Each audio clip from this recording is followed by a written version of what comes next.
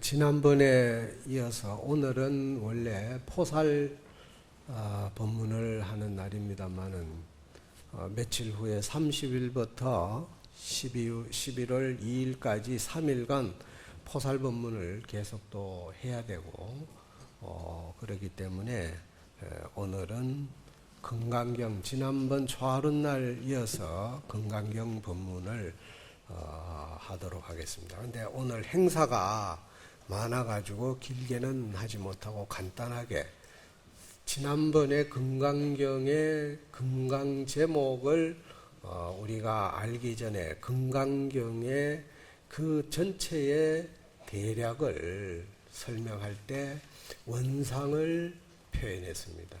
그 원상에 대해서 지난번에 공부를 했습니다마는 오늘은 금강경의 그 이와 사상, 도대체 금강경의 전체 뜻이 어떤 내용으로 담겨져 있는가, 그리고 이것을 우리가 독성해야 되는 그 의의는 어디에서 찾아야 하는가, 이런 대략을 가지고 간단하게 법문을 대신하고자 합니다.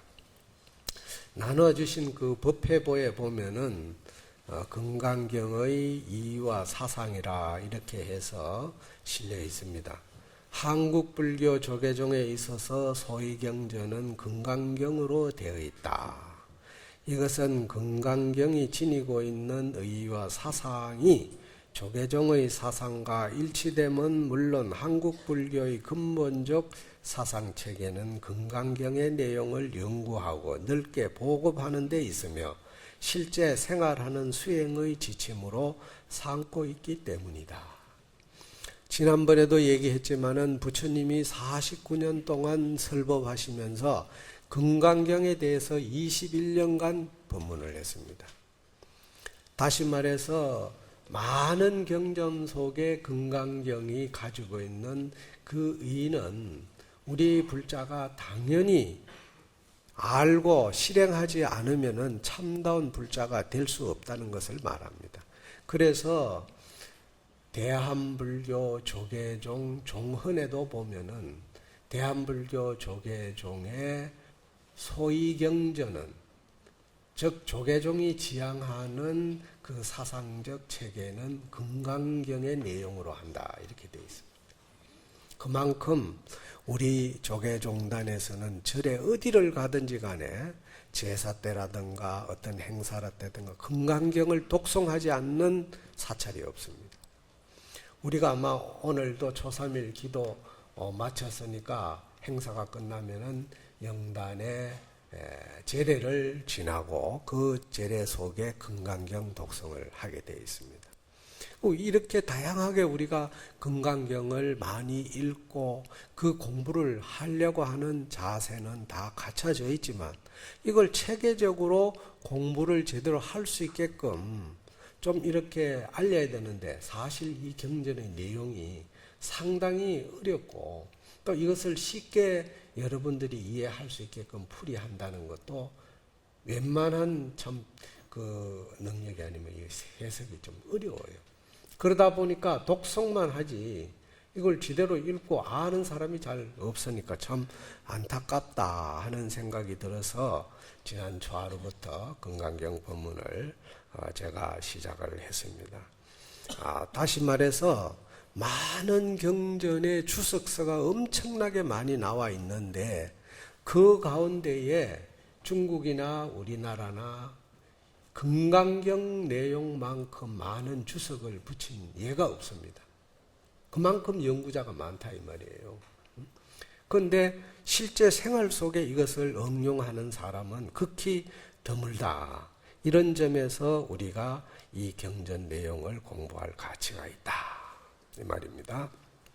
그렇다면 금강경을 연구하는 것은 한국 불교의 사상을 연구하면 물론 실제 생활의 수행 지침이 무엇인가를 아는 데 기감이 될 수 있는 것이다. 그래서 금강경의 이의와 사상에 대하여 간략하게 한번 생각해 보기로 한다. 금강경 이러면은 이것을 우리는 뭉뚱그려 가지고 대반야경 600부라 가운데에 제577부에 해당하는 경전이다. 이렇게 말합니다. 다시 말해서 부처님이 21년 동안 49년 설법 중에 21년 동안 설법한 내용이 대반야경 600부예요. 근데 우리가 지금 공부하는 즉 늘 독성하는 이것이 577부에 해당이 된다 이 뜻입니다. 그러니까 600부 경전을 우리가 일생을 통해서 다 한번 읽는 것도 어려운데 8만 대장경이라고 하니까 그 경을 소위 찍으면은 약 한 6,000부가 나와요. 반야경의 10배, 10배. 이렇게 방대한 그 양을 정말 옛날 스님들은 전부 연구하고 공부를 그걸 다 했다니까 대단하잖아요. 근데 요즘에 아마 정화 이후에 우리나라 조계종에서 600부 반야를 아마 다 이렇게 법문하고 들어본 사람도 없거니와 법문하는 사람도 저도 아직 못 봤어요. 이 577부의 내용만 가지고 얘기가 돼요. 그만큼 방대한 양이에요. 또 그만큼 어려워요. 그래서 이 부분을 가장 요점되는 577부에 해당하는 우리가 공부하고자 하는 이 금강경 하나만이라도 제대로 알고 독송하고 이것을 뺏기고 또 남에게 주고 또 남에게 독성을 알려주고 이 공덕이 무량하다는 내용이 뒤에 쭉 우리가 공부를 하면서 배우게 되어 있습니다. 그런데 이 버머 산스크리트라고 하는 버머로는 이 제목이 바저라 차티카 프라주나 파라미타 수트라 이런 뜻인데 이것은 금강 바냐 바라 밀 경 이런 내용입니다. 이 의미를 우리가 공부를 하자면은 금강석이 단단한 금강석이 능히 모든 것을 끊을 수 있고 부서지지 않듯이 반야의 밝은 지혜로서 피안의 세계 즉 바라미타의 세계에 이른다 하는 이런 뜻입니다. 그런데 이 제목에 대해서는 우리가 앞으로 공부를 다음 법회 때 또 제가 설명을 구체적으로 다시 말해서 금강반야 바라 밀경 이거 하나 가지고 제대로 법문을 하려면 한 100일은 해야 돼요. 그래야 제목 해석이 다 돼. 그만큼 해석이 다양하게 많습니다. 근데 그렇게 오래 할 수는 없더라도 몇 차례는 아마 우리가 공부를 해야 되지 않나. 그래서 이러한 금강경은 중국 불교에 있어서도 수많은 고성 스님들이 주석을 달아 연구하여 왔고 우리나라에서는 금강경 5과에에 이조시대 하머 덕통이라는 스님이 거기에다 해설을 붙인 것을 비롯해서 수많은 해설서가 나와 있다. 이 하머 덕통이라고 하는 이 스님이 진짜 대단한 스님이야. 중국 스님들이 유명한 지난번에 제가 얘기했듯이 5분의 큰 스님들이 금강경에 대해서 소위 그 해석을 붙인 데다가 그 해석의 내용이 중국 사람들의 뜻으로만 되어 있으니까 우리나라 사람들이 이해하기가 힘들어. 그래서 하머라고 하는 스님이 이조 때 이 스님께서 우리나라 사람들이 쉽게 이해하게끔 거기다가 또 해석을 붙여놓은 걸 그걸 우리는 설이라고 그래요. 설이 말씀 설자 말씀 이자 설이라고 하는데 이러한 경전의 사상적 체계는 사상을 여의고 법상을 드러내는 것이며 끝내는 법상마저 집착을 일으키지 않아야 한다는 철저한 공무사상을 강조하고 있다. 다시 말해서 금강경의 전체의 그 줄거리가 뭐냐면은 사상을 무너뜨려야 돼. 사상은 뒤에 이제 공부하면 나오겠지만은 쉽게 말하면 늘 우리가 외우는 아상, 인상, 중생상, 수자상이라는 이 우리 현상계에 살아가는 모든 사물은 저마다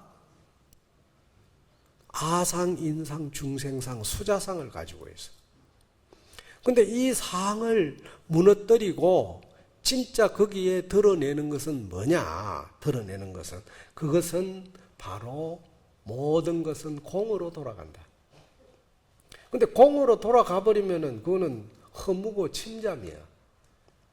공으로 돌아가는 게 아니라 거기에 반야라는 것이 있기 때문에 묘유가 생기는 거예요.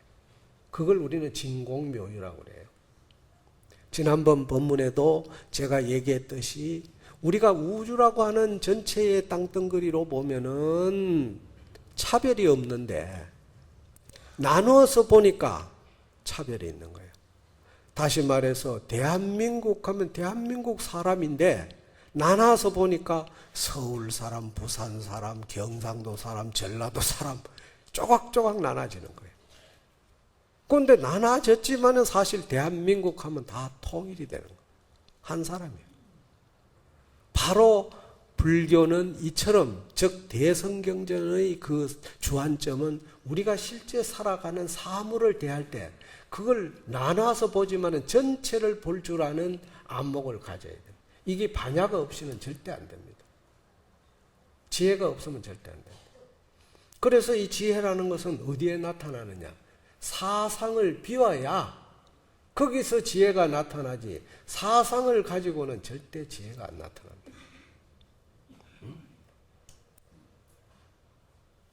그래서 금강경의 모든 경전의 내용이 여러분들이 다음에 공부하면 알지만 뭐라고 되어 있냐면 보살은 비보살이요 심영보살이니라. 불법은 비불법이요 심영불법이니라. 전부 다 그렇게 나갑니다. 긍정, 그 다음에 부정, 그 다음에 뭐야?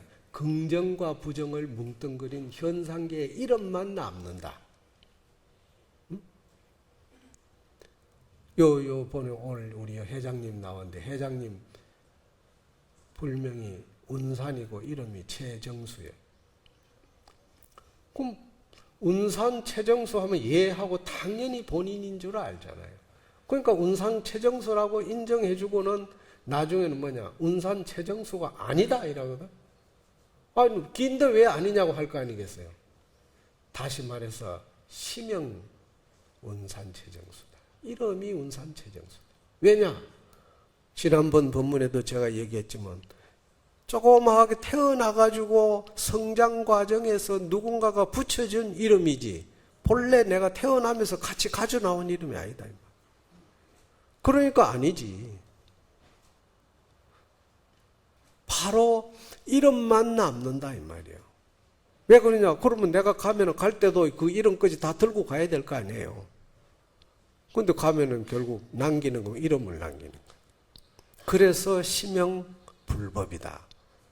이 모든 금강경의 사상이 이처럼 부정과 긍정을 공유하면서도 최후에 아무것도 없다. 아무것도 없지만은 없는 게 아니라 그 속에 존재하고 있다. 그러니까 대한민국 하면은 나라일 뿐이야. 그런데 그 속에 국민이 존재하고 있고 국민을 나누니까 경상도 사람, 전라도 사람, 서울 사람, 부산 사람 나눠지는 거예요. 그러니까 전체를 보는 안목을 갖추려면은 그것이 반야인데 그 반야를 구현하려면 사상이라는 아상, 인상, 중생상, 수자상이라는 이것을 버리지 않으면 절대 있을 수가 없다.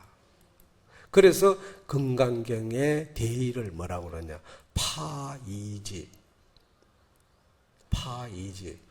아집, 법집, 나라고 하는 소화, 즉 작은 조그마한 나라고 서울 사람이다 하고 내가 주장하는 그 소화를 무너뜨리고 법집, 나라는 걸 무너뜨리면 나를 상대로 한 모든 차별상이 함께 무너진다. 그 무너뜨릴 파자, 깨뜨릴 파자, 이집, 아집, 법집을 무너뜨려 가지고 현상공이라 상공을 드러낸다. 상공은 뭐냐? 아집이 공하니까 아공이야. 법집이 공하니까 법공이고. 그래서 마지막에는 모두가 공의 이치로 간다는 구공, 함께 공했다고 하는 이걸 드러내는 사상이 금강경의 사상이에요. 그래서 우리가 태어나면서 내가 내 이름을 가지고 나왔지 않았기 때문에 태어나서 하나의 존재, 생명체가 존재하고 있지만 거기에는 이름을 가지고 존재한다. 그런데 나중에 죽을 때는, 갈 때는 뭐야? 가고 나면은 이름만 남고 나라고 하는 참모습은 없어져 버리니까. 결국은 이름만 남는 거예요. 그것이 바로 구공이야. 같이 남는, 다 비어버려. 그러니까 이 세상의 현상계의 모든 생명은 무너지지 않는, 공으로 돌아가지 않는 것이 하나도 없다. 그러나 돌아가지만은 거기서 또 탄생하고 반복되는 삶을 이어가는데 그것을 우리는 윤회라고 하는 것이다. 그런데 그 윤회를 하되 윤회에 물들지 않는 삶을 우리는 뭐라고 하냐? 그것을 자유자재한 백업하신이라고 하는 거예요. 서가모니 부처님은 그래서 돌아가도 돌아갔지 않다는 것은 백업하신, 어딘가의 하신으로 돌아다녀. 우리 중생을 제도하기 위해서 다양한 모습으로 나타난다. 그래서 여러분들이 살아가는데 정말로 인생을 넓게 살고 멋지게 살려면 어떻게 해야 되느냐? 소아라고 하는, 나라고 하는 여기에 삶을 가지고 살지 말라. 내가 서울 사람이다 하는 요 국집을 버리라 이 말이에요. 인간이라고 하면 요즘 지구촌이라는 말이 있잖아요. 지구촌. 그만큼 우리가 살아가는 이 어떤 소통이 빠르게 다 되기 때문에 나눌 필요가 없다 이거예요. 지구촌이에요. 그러니까 우주 속에 한 생명으로 보면은 그걸 항상 넓게 보는 사람은 자기의 집착을 일으키지 않으니까 뭐야? 반목이, 인상, 상대가 없어, 상대가. 내가 나를 내세우지 않는데 상대가, 나를 대신한 상대가 존재할 수 있느냐 이 말이에요. 그래서 공무사상이라는 얘기를 하고 있는 겁니다. 그래서 이러한 소위 사상적 체계는 철저하게 공무사상을 강조하고 있는데 비록 금강경 속에서는 공의 의미를 특별히 강조한 것은 없지만 사상이 네 가지 사항이 아니라고 하고 이름만이 남게 되는 것이라고 처음부터 끝까지 강조하고 있다. 심오한 공무사상을 엿볼 수 있는 금강경 오가해의 해설이 직역으로만 되어 있을 뿐 전문적인 교리적 지식을 갖고 있지 않는 일반인들이 보기에는 어려움이 보통 많이 되어 있는 것이 아니다. 따라서 금강경의 심오한 사상을 쉽고 간결하게 표현된 해설서를 생각하다가 현대인의 정신적 고뇌를 극복할 수 있는 야부스님의 착어와 속만을 뽑아서 번역하고 해설을 붙인 것이다. 앞으로 우리가 공부할 게 바로 이 부분이야. 여러 가지 주석이 많이 있지만은 그 가운데에서도 송나라 시대의 야부라고 하는 스님이 경전의 내용에 선으로, 선지를 가지고 짤막짤막하게 붙여놨어. 그래서 이 해석하기가 참 어려워요. 근데 제가 옛날에 강당에서 공부할 때는 정말로 이 금강경의 내용이 너무 좋아가지고 늘 뺏겨서 내가 아마 이 금강경 사경도 아마 수백 번을 했어. 응? 수백 번. 그것도 그냥 볼펜으로 하는 게 아니라 붓을 들고. 응? 수백 번을 이 금강경 사경을 하면서 이 내용을 눈 감고도 다 외웠는데 이것도 책을 놓고 또 그냥 엄벙덤벙 살다 보니까 다 잊어먹고 요즘 와서 책을 이래 보니까 정말 새로운 거예요. 응? 새로운 거예요. 아, 옛날 스님들이 그냥 앉아서 할 일 없이 그렇게 주석을 붙이는 게 아니라는 것을 새삼 제가 요즘 새롭게 느낍니다.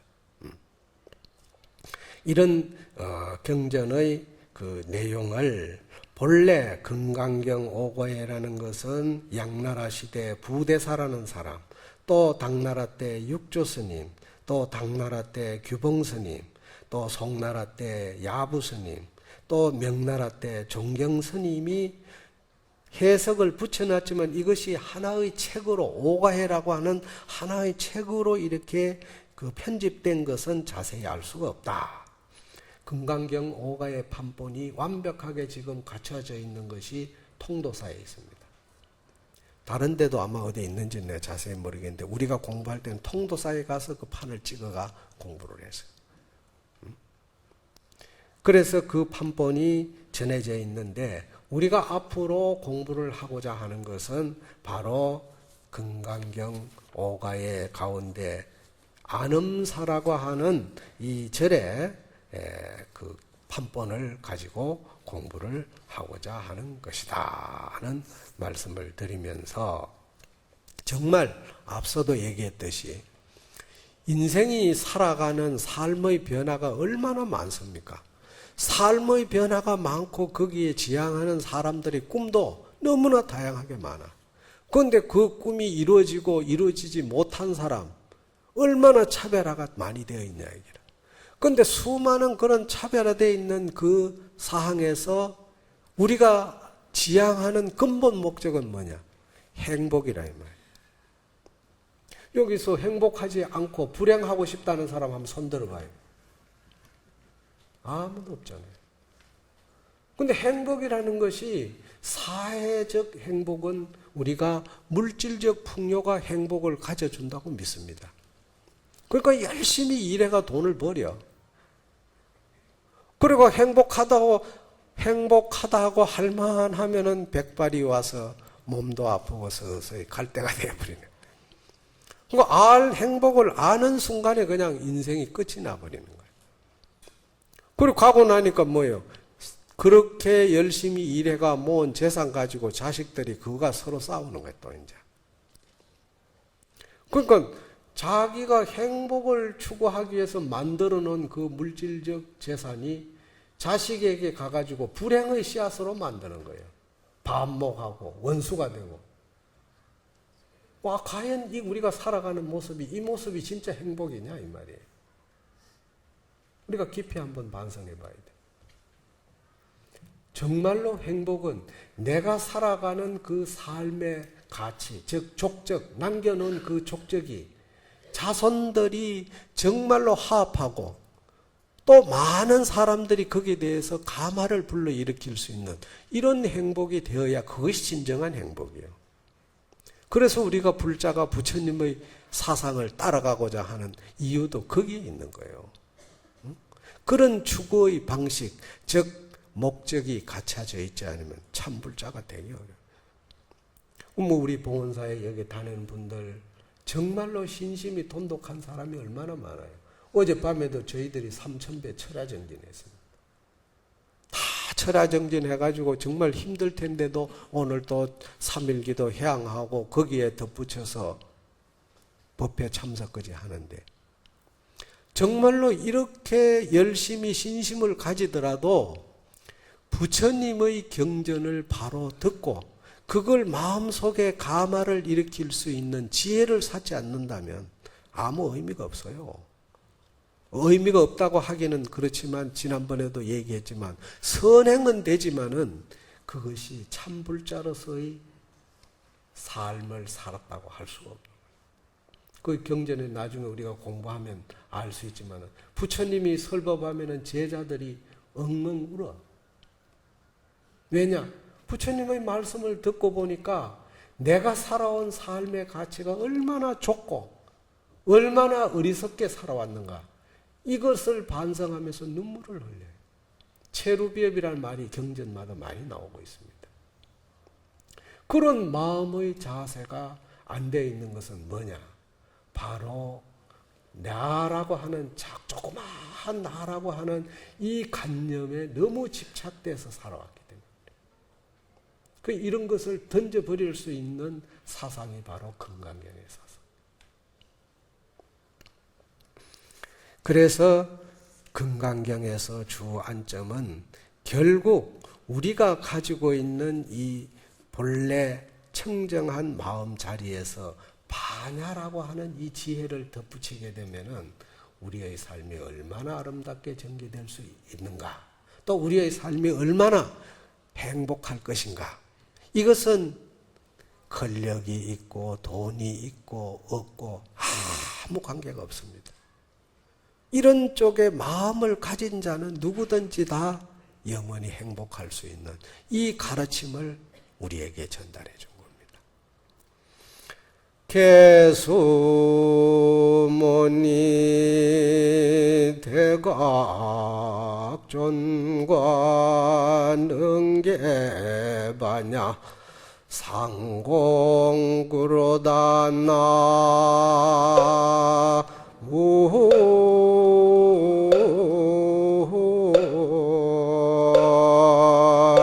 나무이미 탑을 벌기유통이 제상사하니 명자소수리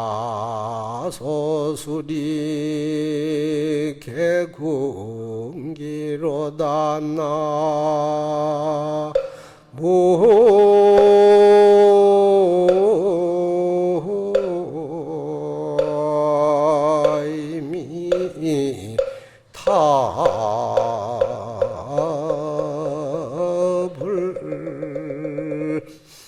우리가 앞으로 이 금강경 내용을 공부하면서 마음속에 정말로 감사하고 고맙고 기도해야 할 대상이 있습니다.